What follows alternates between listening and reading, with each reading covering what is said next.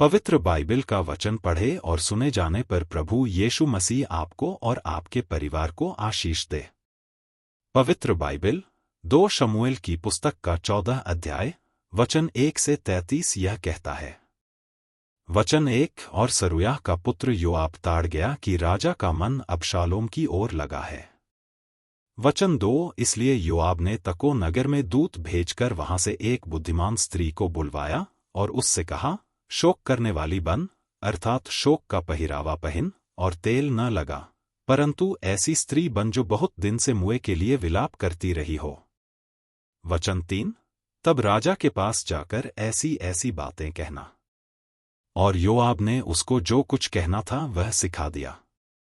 वचन 4 जब वह तकोइन राजा से बातें करने लगी, तब मुंह के बल भूमि पर गिर दंडवत करके कहने लगी, राजा की दोहाई। वचन 5 राजा ने उससे पूछा, तुझे क्या चाहिए? उसने कहा, सचमुच मेरा पति मर गया और मैं विधवा हो गई। वचन 6 और तेरी दासी के 2 बेटे थे और उन दोनों ने मैदान में मार पीट की और उनको छुड़ाने वाला कोई न था, इसलिए एक ने दूसरे को ऐसा मारा कि वह मर गया। वचन 7 और यह सुन सब कुल के लोग तेरी दासी के विरुद्ध उठकर यह कहते हैं कि जिसने अपने भाई को घात किया उसको हमें सौंप दे कि उसके मारे हुए भाई के प्राण के पलटे में उसको प्राण दंड दें और वारिस को भी नाश करें। इस तरह वे मेरे अंगारे को जो बच गया है बुझाएंगे और मेरे पति का ताम और संतान धरती पर से मिटा डालेंगे। वचन 8 राजा ने स्त्री से कहा, अपने घर जा और मैं तेरे विषय आज्ञा दूंगा। वचन 9 तकोइन ने राजा से कहा, हे मेरे प्रभु, हे राजा, दोष मुझी को और मेरे पिता के घराने ही को लगे और राजा अपनी गद्दी समेत निर्दोष ठहरे। वचन 10 राजा ने कहा, जो कोई तुझ से कुछ बोले उसको मेरे पास ला, तब वह फिर तुझे छूने न पाएगा। वचन 11 उसने कहा, राजा अपने परमेश्वर यहोवा को स्मरण करे कि खून का पलटा लेने वाला और नाश करने न पाए और मेरे बेटे का नाश न होने पाए। उसने कहा, यहोवा के जीवन की शपथ, तेरे बेटे का एक बाल भी भूमि पर गिरने न पाएगा। वचन 12 स्त्री बोली, तेरी दासी अपने प्रभु राजा से एक बात कहने पाए। वचन 13 उसने कहा, कहे जा। स्त्री कहने लगी, फिर तूने परमेश्वर की प्रजा की हानि के लिए ऐसी ही युक्ति क्यों की है? राजा ने जो यह वचन कहा है, इससे वह दोषी सा ठहरता है, क्योंकि राजा अपने निकाले हुए को लौटा नहीं लाता।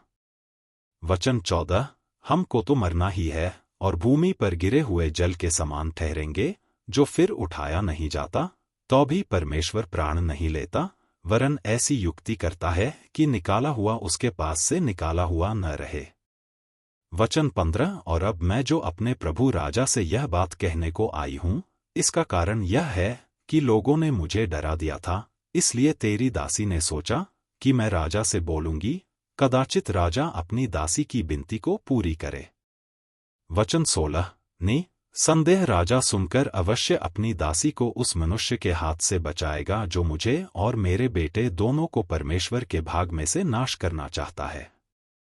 वचन 17 सो तेरी दासी ने सोचा कि मेरे प्रभु राजा के वचन से शांति मिले, क्योंकि मेरा प्रभु राजा परमेश्वर के किसी दूत की नाई भले बुरे में भेद कर सकता है, इसलिए तेरा परमेश्वर यहोवा तेरे संग रहे। वचन 18 राजा ने उत्तर देकर उस स्त्री से कहा, जो बात मैं तुझसे पूछता हूं उसे मुझसे न छिपा। स्त्री ने कहा, मेरा प्रभु राजा कहे जाए। वचन 19 राजा ने पूछा, इस बात में क्या योआब तेरा संगी है? स्त्री ने उत्तर देकर कहा, हे मेरे प्रभु, हे राजा, तेरे प्राण की शपथ, जो कुछ मेरे प्रभु राजा ने कहा है, उससे कोई न दाहिनी ओर मुड़ सकता है और न बाईं। तेरे दास योआब ही ने मुझे आज्ञा दी और ये सब बातें उसी ने तेरी दासी को सिखाई हैं। वचन 20 तेरे दास योआब ने यह काम इसलिए किया कि बात का रंग बदले। और मेरा प्रभु परमेश्वर के एक दूत के तुल्य बुद्धिमान है, यहां तक कि धरती पर जो कुछ होता है उन सब को वह जानता है। वचन 21 तब राजा ने योआब से कहा, सुन, मैंने यह बात मानी है, तू जाकर अबशालोम जवान को लौटा ला। वचन 22 तब योआब ने भूमि पर मुंह के बल गिर दंडवत कर राजा को आशीर्वाद दिया, और योआब कहने लगा, हे मेरे प्रभु, हे राजा, आज तेरा दास जान गया कि मुझ पर तेरी अनुग्रह की दृष्टि है, क्योंकि राजा ने अपने दास की विनती सुनी है। वचन 23। और योआब उठकर गशूर को गया और अबशालोम को यरूशलेम ले आया। वचन 24। तब राजा ने कहा, वह अपने घर जाकर रहे और मेरा दर्शन न पाए। तब अबशालोम अपने घर जा रहा और राजा का दर्शन न पाया। वचन 25। समस्त इस्राएल में सुंदरता के कारण बहुत प्रशंसा योग्य अबशालोम के तुल्य और कोई न था, वरन उसमें नख से सिख तक कुछ दोष न था।